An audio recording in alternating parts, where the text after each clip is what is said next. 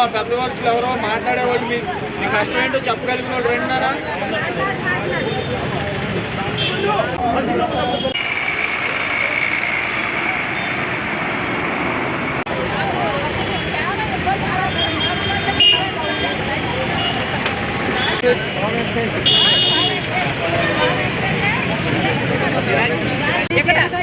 చెరువు కట్టే కొద్దని కమ్యూనిటాలు కూడా మేము అందరం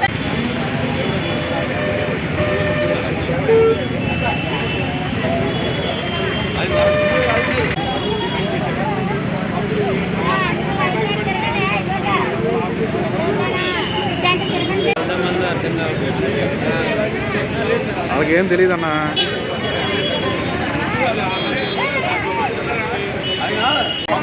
వచ్చారు కదమ్మా, చెప్పాలి. జనంలోకి వచ్చాయి, జనంలోకి ఇప్పుడు కాగే అంటారు.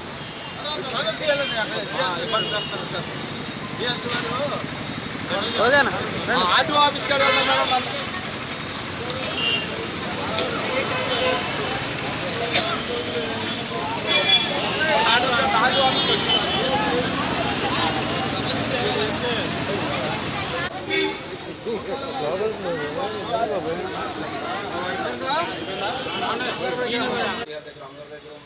హామీ ఇచ్చాడు. హామీ ఇచ్చి 18 మంది మన పెద్దలు ₹1,00,000 దానికి 50,000 60,000 ఇస్తాం. ముందు మమ్మల్ని ఇలా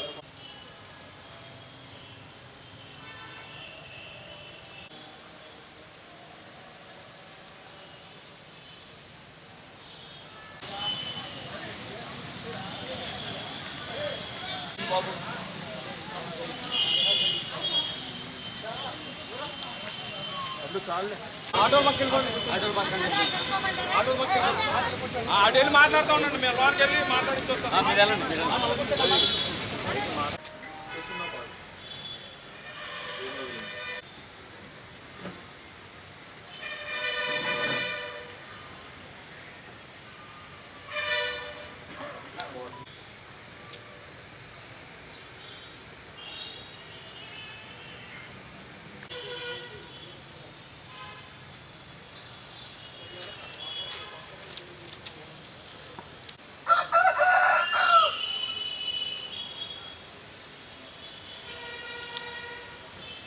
మా గ్రామం కట్టుకు కొంత రోజులు ఆయన 5 సంవత్సరాలు చేతని వెళ్ళిపోయాడు. తర్వాత ఈ పాము వెంకటేశ్వరరావు ఆయన దగ్గరికి వెళ్ళి మొత్తం మేము ఆడ పిల్లలకి అందరూ వెళ్ళి దండం పెట్టుకుని బాబు ఏదో చేయాలి అన్ని చర్యలు తీసుకుంటాం. సార్ మెయిన్ ఏంటంటే అక్కడ పాము వెంకటేష్ అని ఒక ఆయన లీజుకి తీసుకుని మా అగ్రిమెంట్ మీద మా సంతకాలు లేకుండా.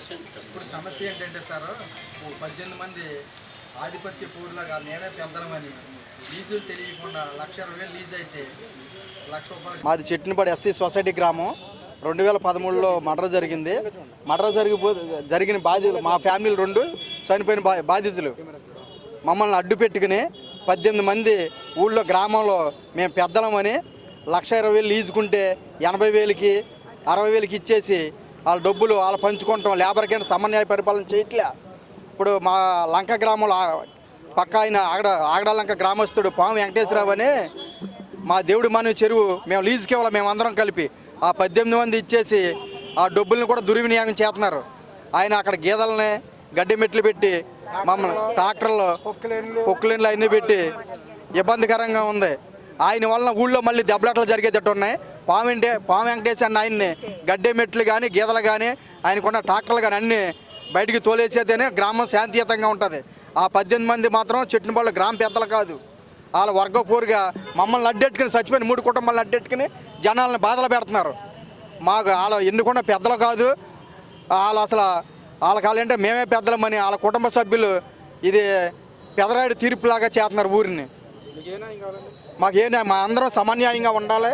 అందరూ తల రూపాయి పంచుకోవాలి. ఏది జరిగినా కమ్యూనిటీ హాల్ కాడ బహిర్గతంగా చేపల చెరువులు పాటలు పెట్టాలి. ఏదో ఉళ్ళోపల మేము చెరువు ఇచ్చేసామని దొంగ సంతకాలు పెడతాం కాదు. అక్కడ ఇది వరకు పూర్వం లోగడ ప్రెసిడెంట్ సెక్రటరీ 4 బంటాలు ఉండే 4 బంటాలు వాళ్ళ ఆధ్వర్యంలో బంటా మేస్త్రుల ఆధ్వర్యంలో అందరిని పిలిచి ఐక్యతగా పాటలు పెట్టేవాళ్ళు. చెరువు ఇచ్చినా ఏది ఇచ్చినా ఇప్పుడు కూడా అదే పరిపాలన కావాలి. ఆ 18 మంది పెద్దలే కాదు. ఏంటంటే ఏలూరుకి వచ్చి లాడ్జీలో మాట్లాడుకోవటం, ఊళ్ళోకి వచ్చి 4 కుర్రలు పిలుస్తాం, వాళ్ళకి ఒక 500 ఇస్తాం.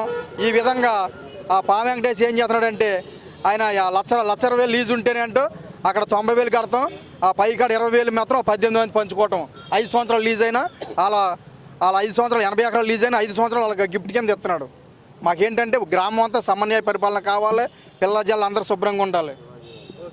చిట్టినపాడు గ్రామం అండి. 2013 సంవత్సరం మా ఊళ్ళో చేపల చెరువు విషయమై గొడవ జరిగిందండి.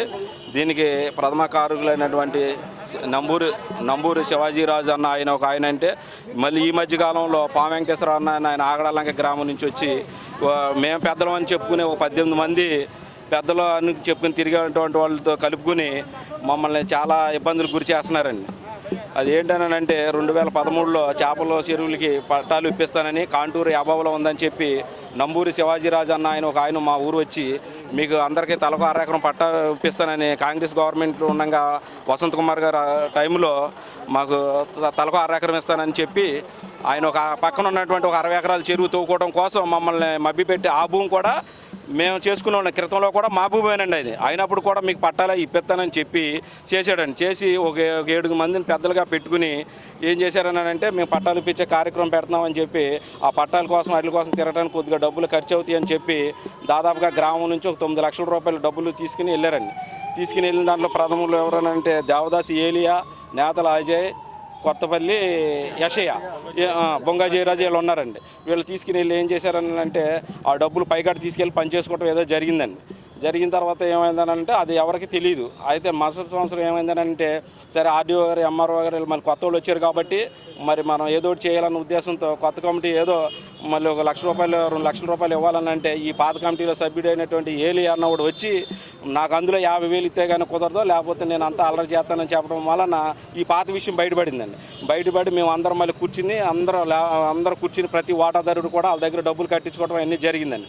జరిగి డబ్బులు అయిన కట్టించుకున్న తర్వాత సరే అప్పుడు ఊళ్ళో ఉన్న పెద్దలు అన్నారు సరే అయిందే సరే అందరూ ఇక నుంచి జాగ్రత్తగా ఉండండి అని చెప్పిన తర్వాత మళ్ళీ ఆ మరుసటి రోజున శివాజీరాజు అన్న అతను వచ్చి కమ్యూనిటీ హాల్ దగ్గరికి వచ్చి సరే 7 మరి చాలా బాధలు పడ్డారు, మరి వాళ్ళకి కొంత డబ్బు అది ఇవ్వాలి, మీరు గ్రామంగా మీరు కొంత ఇవ్వండి నేను కొంత ఇస్తానని చెప్పి మా గ్రామం డబ్బులు 1,50,000 మేము ఇచ్చామండి. ఆయన దాదాపుగా 2 లక్షలు అది ఇచ్చాడండి. మళ్ళీ ఆ డబ్బులు ఈ డబ్బులు కూడా పోగు చేసి ఈ గొడవలకి దారి తీసిందండి.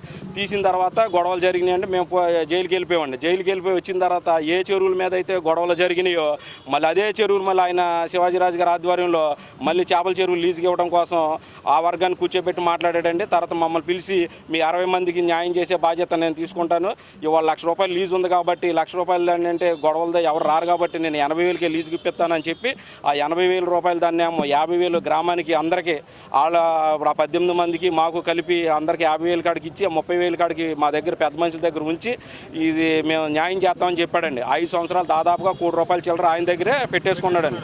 ఆ 5 సంవత్సరాలు గడిచిన దగ్గర పడుతుంది అన్న ఉద్దేశంతో మేము వెళ్ళి ఆయన అడిగామండి. అదిగో వస్తున్నాను ఇదిగో వస్తున్నానని ఈ రోజుకి మా ఊరు రావడం మానేశాడు. మా ఫోన్లో ఏమి లిఫ్ట్ చేయడం లేదండి. సరే ఇదేమి అవట్లేదన్న ఉద్దేశంతో ఏంటి సార్ లేదండి ఈయన తోడు పాము వెంకటేశ్వరరావు అని లంక నుంచి ఒక ఆయన వచ్చాడండి. మేము పిల్ల జల్ల మొత్తం అందరు వెళ్ళి ఆ చెరువులన్నీ ఎక్కడ ఆపి పాటలు అన్నీ లేకుండా ఆపిచ్చామండి. ఆపించినటువంటి ఈ పాటల్ని మళ్ళీ పాము వెంకటేశ్వర శివాజీ ప్రోత్బలంతో మళ్ళీ ఏం చేస్తున్నారంటే ఒక రోజు నైట్ తీసుకొచ్చేసి జనాల్ని పాటలు పెట్టించే కార్యక్రమం చేశారండి.